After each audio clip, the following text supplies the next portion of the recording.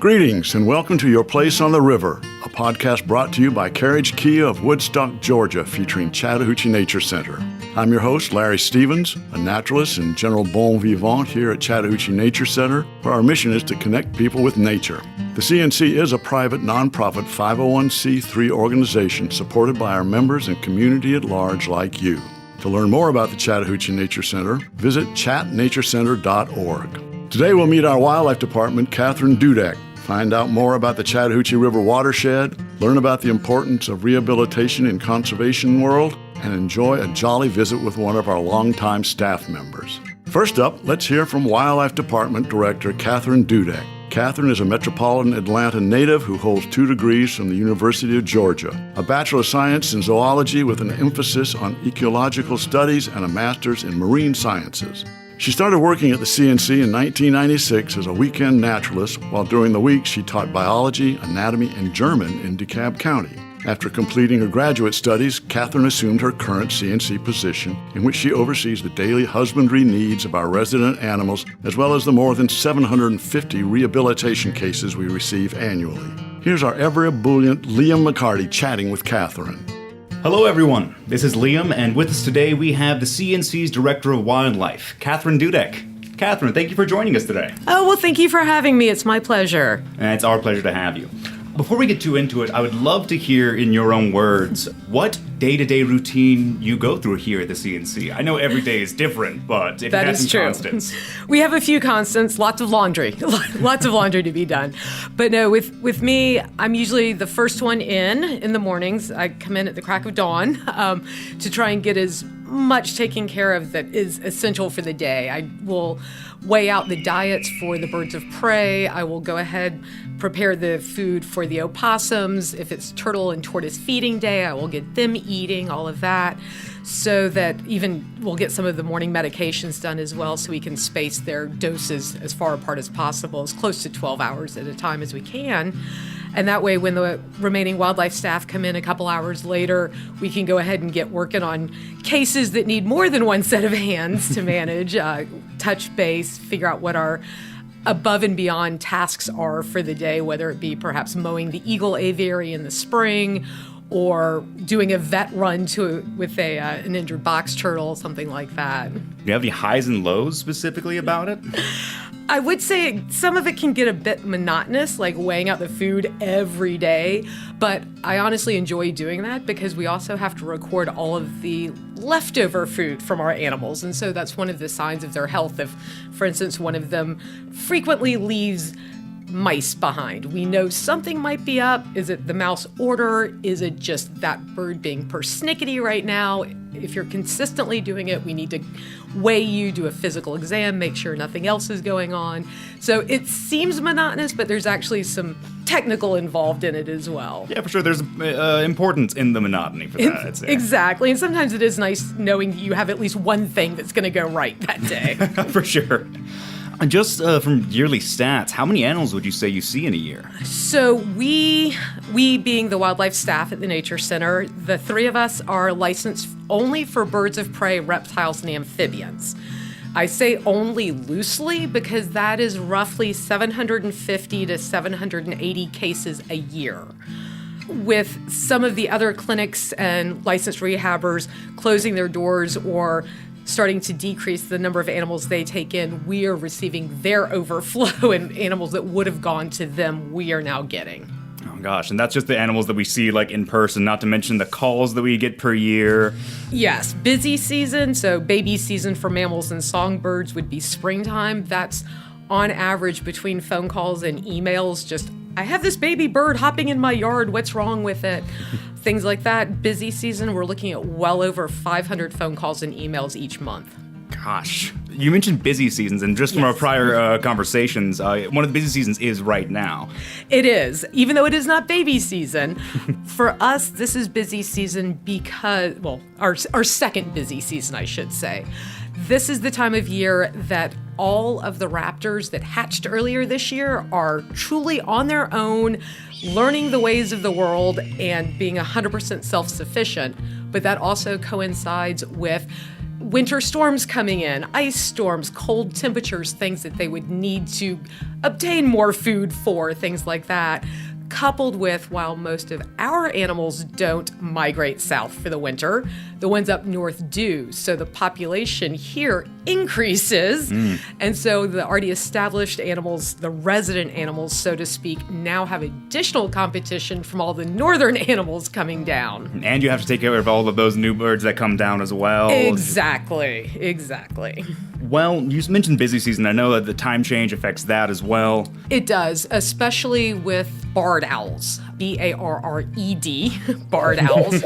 They are most active at dawn and dusk. Scientists call it crepuscular because they love to come up with fancy names for things.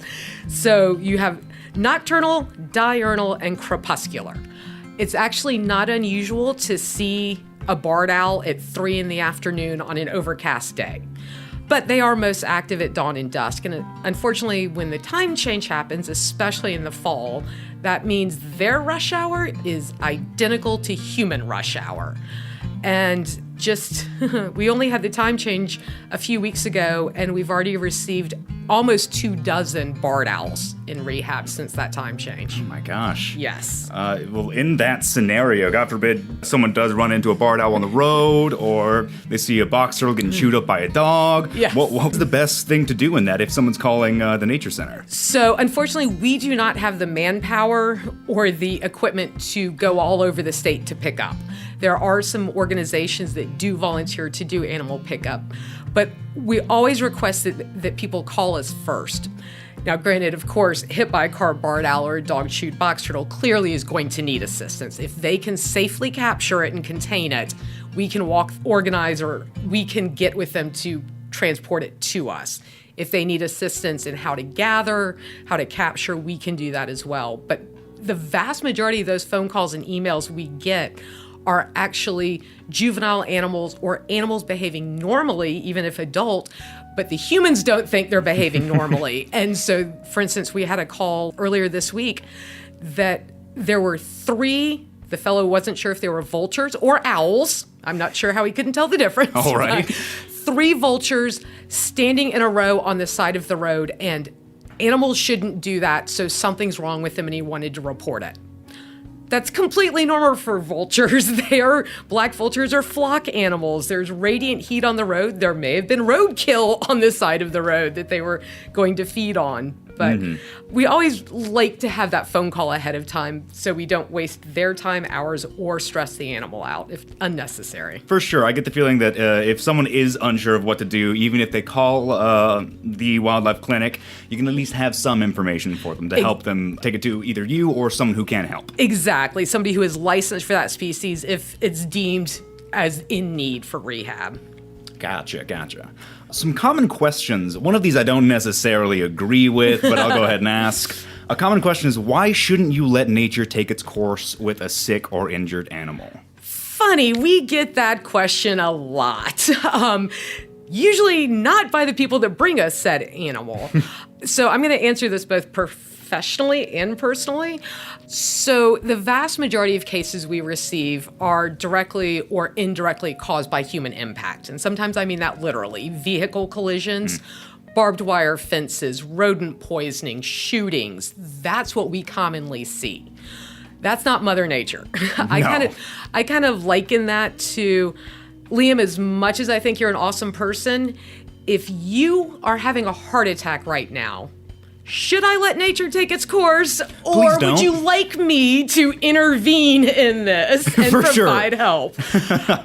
Yes, so I personally think we have a moral and ethical obligation to assist animals or humans in need, especially when they are in pain. A lot of what we have to do, as much as I hate to say it, a lot of what we have to do is humanely euthanize. Easily 50% of what walks in the door in the first 48 hours. Because we see the worst of the worst. We're like an urban hospital on a Friday night sometimes. We've had hawks come in with no feet because they were caught in leg hold traps meant for coyotes. That's our day-to-day sometimes. And so humane euthanasia is the best option in that scenario. I don't want that animal to have to suffer needlessly in pain because nobody wanted to stop to even attempt to get it help. It may only affect that one animal that we help, that somebody wanted to just let nature take its course, but we're able to rehabilitate it and release it to the wild. That's only one animal. But for instance, when it comes to box turtles, they live 75 years and they're not even able to become parents until they're almost 12 years old. So if we can get an adult back out there, there's a good chance it will have the opportunity to breed and spread those genes. Helps the population in general. Exactly. No, I think the biggest thing that sticks out to me when you said that was that it's not, most of these things that you're helping with is not nature. Correct. Another question is, why don't a lot of vets take injured animals? So one of the reasons they don't, and there are definitely phenomenal vets who do accept wildlife, but you usually don't study wildlife medicine or exotic medicine in vet school. You study dogs and cats, you study livestock, maybe companion birds. But if you go to a dog and cat vet with, say, for instance, a southern flying squirrel, they might not know what their diet is, or do they need UV because it's a solely nocturnal animal? Things like that. There's just so much more to take into account when you're dealing with wildlife. They also typically don't have the caging for that type of animal, the food for that type of animal.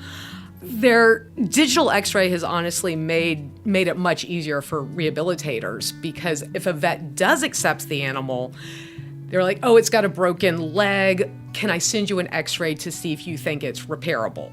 Because they aren't trained in this type of thing. Mm-hmm. There are also state and federal laws that wildlife rehabilitators must follow. For instance, you can't legally amputate a bird's wing above the elbow joint. As rehabilitators, we know this. Veterinarians don't, because it's not part of their coursework as it is with us. So we have had birds sent to us that vets have amputated an entire wing from. And they just assumed we'd be able to put it on exhibit. And for many reasons, that's not good for the bird. Lots of long-term health issues. But no facility in the country, because it's a federal law, can legally put that bird on exhibit. So they did needless surgery for a bird that required euthanasia by law. Gotcha. Which only stands to reason to call us first, even for just information. It's a partnership for sure between veterinary medicine and wildlife rehabilitation. Absolutely. You came to the Nature Center in '96 as a naturalist, right? Yes, I did. Well, what brought you here to start with? So I'm an only child, and my parents, despite the fact they were born and raised in Atlanta, their families were from the country, like South Georgia country and North Georgia country. And they wanted me to know, my parents wanted me to know that meat doesn't come from the grocery store. Bread is not something that's just at the bakery. So I literally grew up fishing and deer hunting and dove hunting and baking bread and making soap and things like that. And so my parents would take me camping up in North Georgia back when US 19 Georgia 400 was literally a 2-lane road that took forever to get up to Dahlonega or Helen from Atlanta. And my daddy taught me what foods were edible out in the woods, how to forage, things like that. And mom and dad would teach me all about the animals out there. And then I'd come back to Decatur. Here I am in the 70s, come back to Decatur, and my next door neighbor, my best friend, had no idea what a red-tailed hawk was. And there was one sitting in our backyard. So I decided very, very early on that I wanted to work with native wildlife. I didn't want to be a vet. I didn't want to work at zoos with exotic wildlife. I wanted to work with animals in our area. And Chattahoochee Nature Center was a natural fit when I got when I finished my bachelor's degree. Yeah, for sure. Well, specifically talking about the Wildlife Department, what contributions to the Nature Center as a whole would it make, or what big changes are you looking forward to coming up soon? So without the Wildlife Department, we wouldn't have the animals on exhibit for all of our visitors. We wouldn't have the education and program animals that are both utilized on-site and off-site for school programs, scouts, civic groups, church groups, things like that. So we can teach multiple generations about the natural wildlife around them. So we're behind the scenes, but we're also right in the forefront, kind of simultaneously. It's an odd position to be in. The biggest thing we are looking forward to right now is rebuilding our red-shouldered hawk aviary. It is 21 years old, and it is ready to be replaced. All of our other aviaries and our beaver house have all been renovated and replaced in the last 24 months or so. That's our remaining one. There are a few other things we're hoping to do. Of course, this summer was incredibly sweltering with heat indices well over 100. We hope to put misting systems in the aviaries. We're already going down on a regular basis in the heat and misting the birds and things like that. But of course, that's more manpower, more time taken away on 127 acres that we could spend towards the animals that are in rehab or that need additional enrichment or things like that. So the misting systems would be fantastic, especially since it doesn't seem like our summers are going to be getting any cooler For sure, than they yeah. are. Hoping to have backup generator systems installed for all of the animal exhibits, life support systems, because our winters are also A little bit colder. they're getting a little colder in short spurts, but the ice storms are still coming. And of course, the biggest fear for the Wildlife Department is always when there's a power outage, because we have 150 animals in our care, not including the rehab cases. And so it's not unusual with the chance of an ice storm or a power outage for wildlife staff to spend the night at the nature center. So we can, if for some reason we can't get in because power lines are down, we don't know when we'd be able to get in to feed or medicate all of these animals. So we spend time on the property. Never fun, but Yeah, I mean, that just speaks to the commitment that you guys have made to this place and these animals. It's incredible. I have a fantastic staff and I have fantastic volunteers that are just as dedicated, and there's no way I'd be able to do this without them. Awesome. Well, the last thing I want to touch on before we close out this segment, I want to bring us back to our mission statement, connecting people with nature. Yes. You've already talked about a few ways you do that, saying that you're on the front and behind the scenes. Right. But since you've been here, how much progress have you seen on that front? Oh, it's absolutely incredible. Back when I was a naturalist in the education department, we would have school groups come out or birthday party groups come out. And if you've been to the nature center before, you know we're not in the middle of nowhere. We're surrounded by subdivision and a river across the street. But we would have visitors at the events that weren't comfortable even taking a hike on the property, because if they went too far away on one of the trails in spring when all the trees were leafed out, they couldn't see a building or a road and they panicked. We've had calls from people on our trails because they got lost. Despite the fact the trails are clearly marked, they just couldn't see civilization in their mind. And that has completely changed. Nowadays, people are so much more involved in outdoor activities, environmental education activities, that it's fantastic to just see the numbers of people, the diversity, the age groups, the ability levels of the visitors just really engaging in all aspects of the property. That's incredible. Well, I think that's all the time we have for our segment, but thanks so much for joining us today. It was my pleasure. I had a great time. And we're so incredibly thankful for you and everything that your team does here at the Nature Center. Well, thank you, Liam. Thank you, Kathryn and Liam. Next, Liam and I learn more about what a watershed is from our education program supervisor, Mark Gialanella. I'm pretty sure that a watershed is more than just a little building made of water. Hello, this is Liam McCarty again. And this is Mark Gialanella. And today we're going to be talking about some qualities of the river with you, Mark. What are we going to be talking about today specifically? Today we're going to learn a little bit about the Chattahoochee River watershed and what a watershed is. Oh, well, obviously my first question is, and for most of the viewers, what is a watershed? Sure. Well, a watershed is an area that the water all drains to a specific part of the river. So if you're thinking about the best way to explain a watershed, or sometimes you might hear it called a river basin, is if you were to imagine taking your hands and putting them together so that you're looking at all those lines on your hands, all those lines that make up your palms, and you put those hands together, and where your hands meet is the main river. And then all the lines in your hands heading towards there are all of the little streams and tributaries and other bodies of water that flow right into that river. And that's what, in order to imagine the picture of watershed, is what a watershed is. Oh, awesome. And for the audio listeners, I'm definitely doing this as he's telling me about it. It's actually a really cool example. In that case, there are watersheds and river basins all over the world. What makes the Chattahoochee River watershed so specific, so special? So one of the things that makes the watershed of the Chattahoochee River so special, and especially where we live in Metro Atlanta, is that it is the smallest watershed, an area supporting the largest population in the country in terms of watersheds. Oh, that's really awesome. That answers my next question about how big it is compared to other watersheds. You're saying it's the smallest compared to, like, size of the river? What I'm saying is that, so compared to the size of the area that it drains, right, it's got to support the largest population. Gotcha. Because, if you think about Metro Atlanta as a fairly large area with a lot of people, and then if it's a relatively small area as far as square miles that its river's draining, it's supporting the largest amount of people for a smaller size watershed.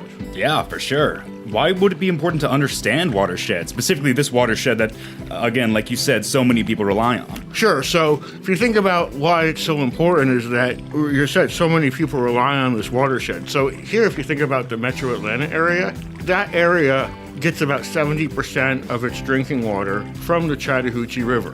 70%? 70%, or about 5 million people. Gosh, that's a lot. How many people was that again? I'm so sorry. 5 million people. 5 million people. So you can think about it as a percentage or about 5 million people, and that is really just talking about the area around Metro Atlanta. Yeah, right? for sure. So the whole river, if you think about the whole Chattahoochee River, it's going to be 434 miles for the whole river, but we're thinking about the river here in Atlanta, and that's actually about 300 million gallons a day of drinking water. That's incredible. Other than drinking water, I know it's a huge natural resource, again, for all of Metro Atlanta, but other than drinking water, what else do the people of Metro Atlanta use the Chattahoochee for, or the watershed? Sure. So there's all sorts of uses for the watershed and for the water directly in the river. There's agricultural use. We talked about just the drinking water. There's industrial use. There are a number of industries up and down the river, especially when you get closer into Atlanta. There's also hydropower. So hydropower from dams is created to create electricity. So with that, the size of the upper Chattahoochee watershed where we're talking about an area of about 1,823 square miles. And if you were then to expand that to the whole length of the river, you're talking about an overall area of 8,770 square miles. And that's really thinking about that whole length of the river going all the way through Georgia.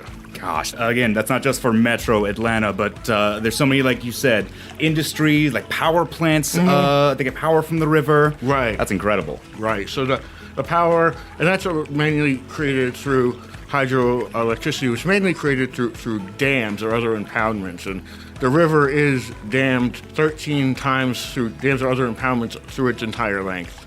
Oh, wow. Well, it sounds like the watershed is vital to Metro Atlanta, specifically. What can we do to protect our watershed?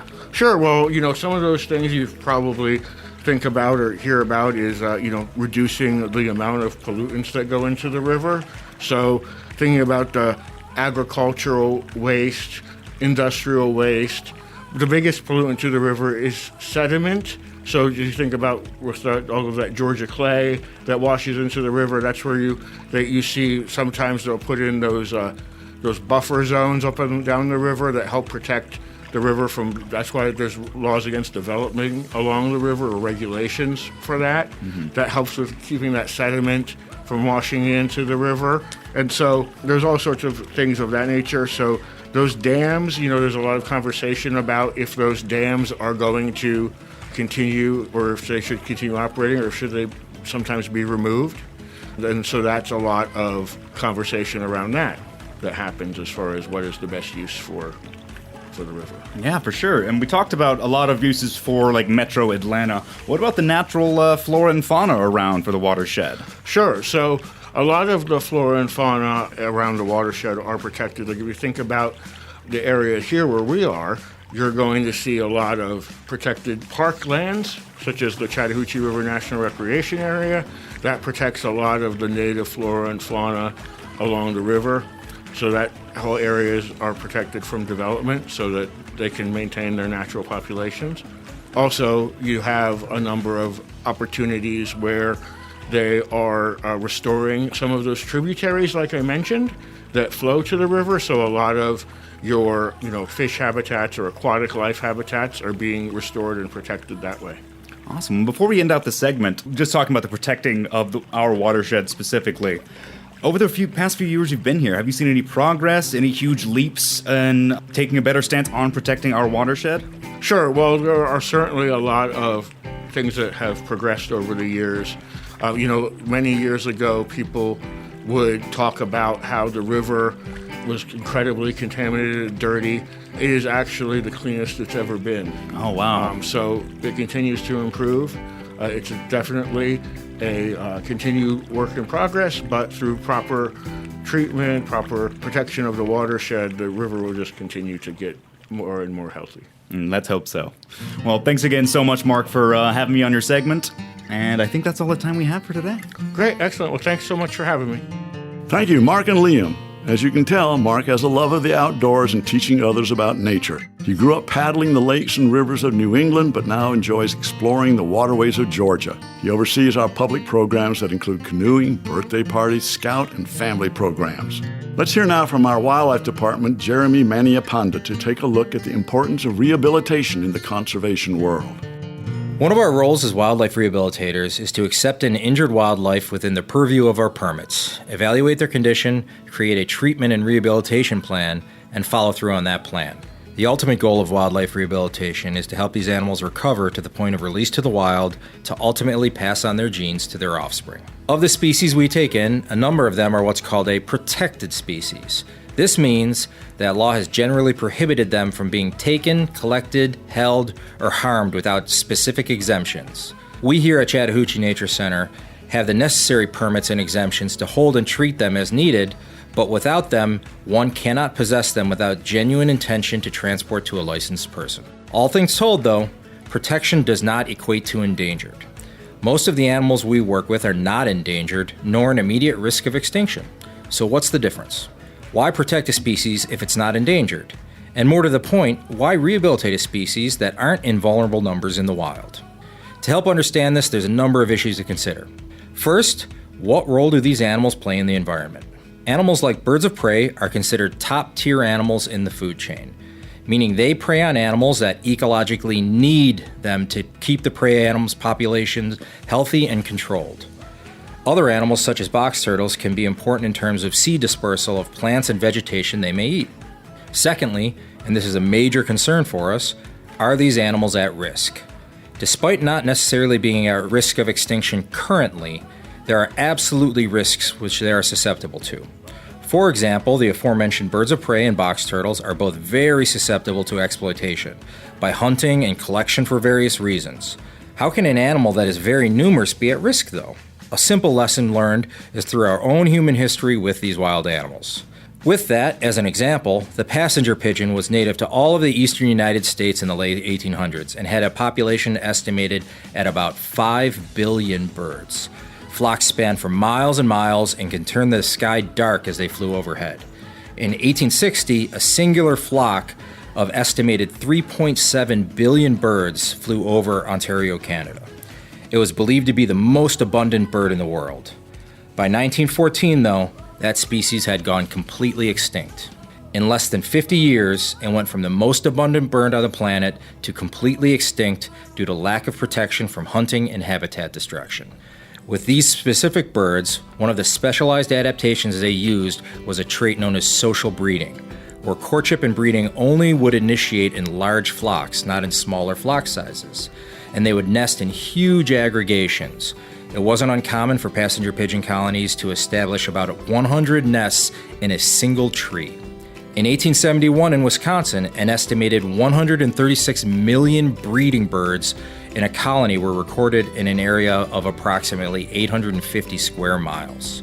Once it was noticed that the populations seemed to be in dire conditions, it was unfortunately too late.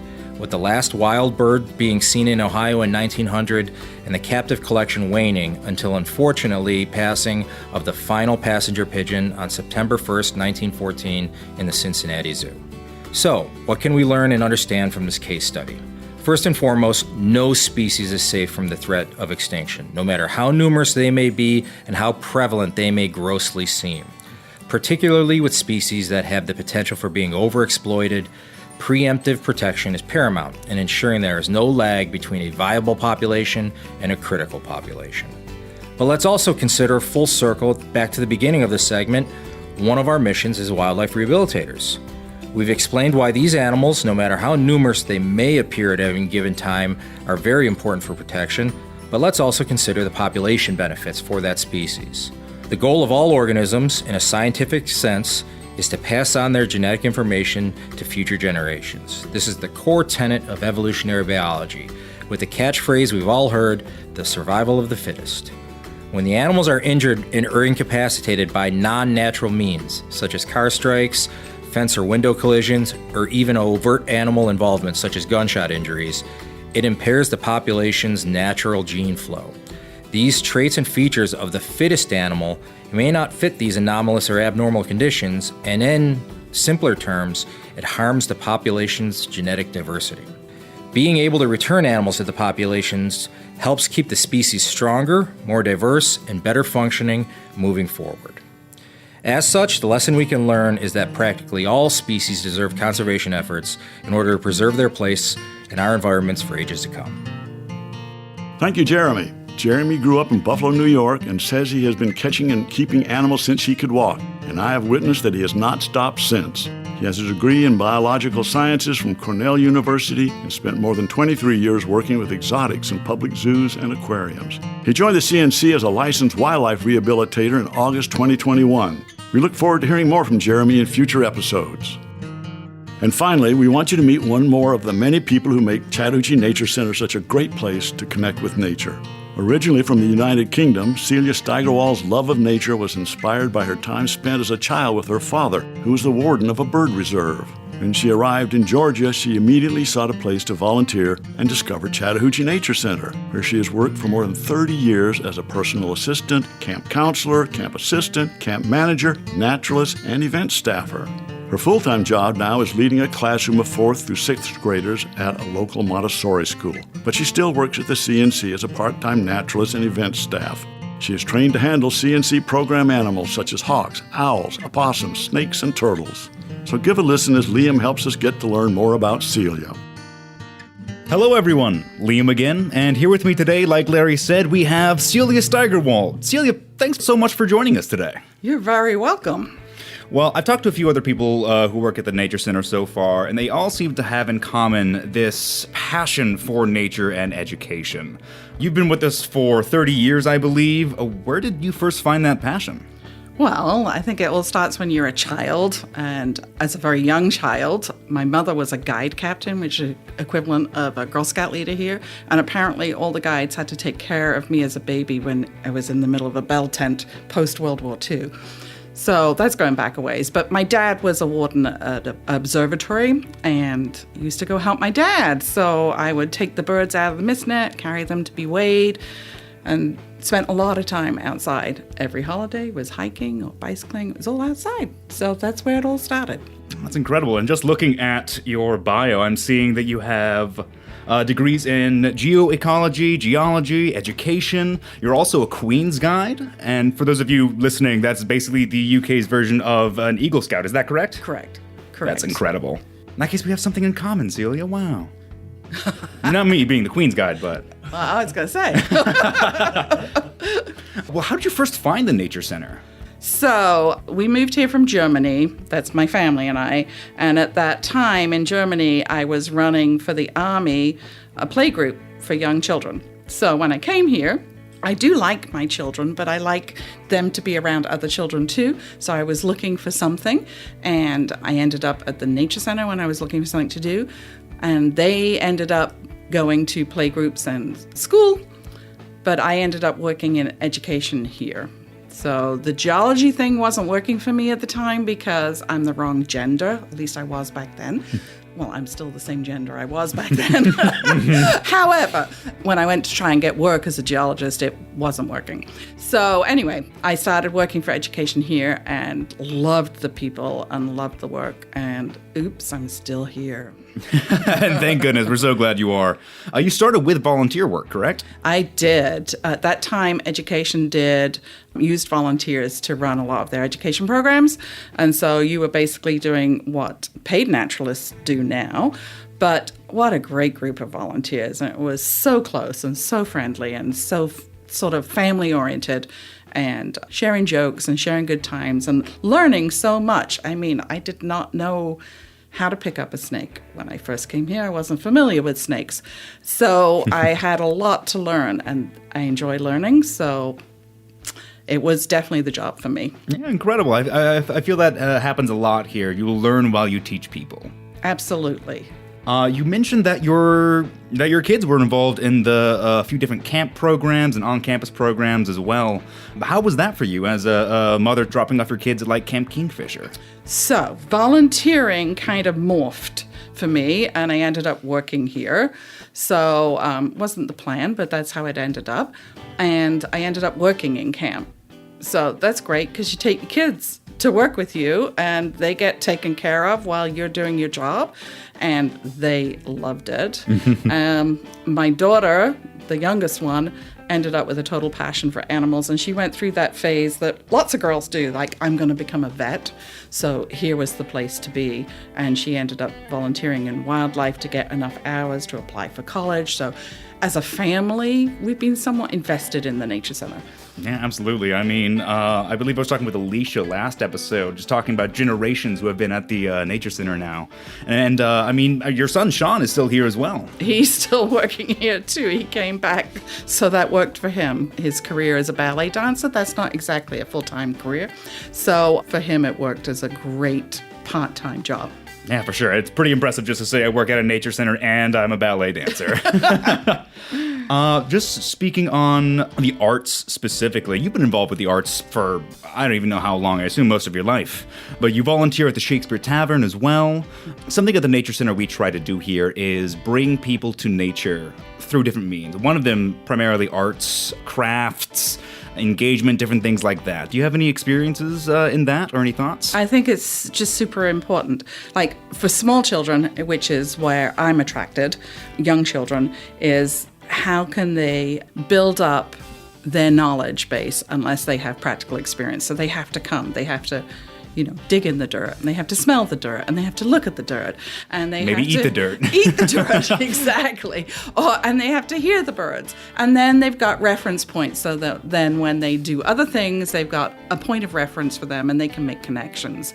For adults, who I also enjoy, partly because they bring their experiences with them, so you get to hear about all their experiences, but I love trying to share what the Nature Center has to offer, not just the wildlife, because we have lots of that, but the beauty, the history, and the art connection is not hard. I mean, there isn't a piece of art that hasn't been inspired by some real experience.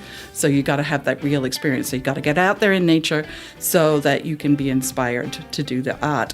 And as humans, we're models for that too. So there's nothing better than seeing a kid who sees their first ladybug or smells that first strange smell at the Nature Center as they're walking past the vulture cage and says, "What's that?" It's thrilling. Oh, well, that's incredible. And I think that's all of our time for now. But thanks so much for talking to me about the arts, how nature's involved with that. And thanks so much for being at the Nature Center for so long. We're really lucky to have you. Been absolutely my pleasure. And I would say I'd do 30 more years, but who knows? Well, here's open. Thanks so much, Celia. Thank you, Celia and Liam. By the way, our terrific interviewer, Liam McCarty, is from Hattiesburg, Mississippi, where he achieved the rank of Eagle Scout while developing a love of the outdoors. He attended the University of Southern Mississippi, studying theater with an emphasis in performance. Liam is currently a member of the rental staff here at Chattahoochee Nature Center. That's it for this episode. Thank you for listening to Your Place on the River, brought to you by Carriage Kia of Woodstock, Georgia, featuring Chattahoochee Nature Center, where our mission is to connect people with nature. Remember, to learn more at any time about Chattahoochee Nature Center and what's happening here, please visit chatnaturecenter.org. That's CHATT naturecenter.org. This podcast is a production of BG Ad Group. All rights reserved.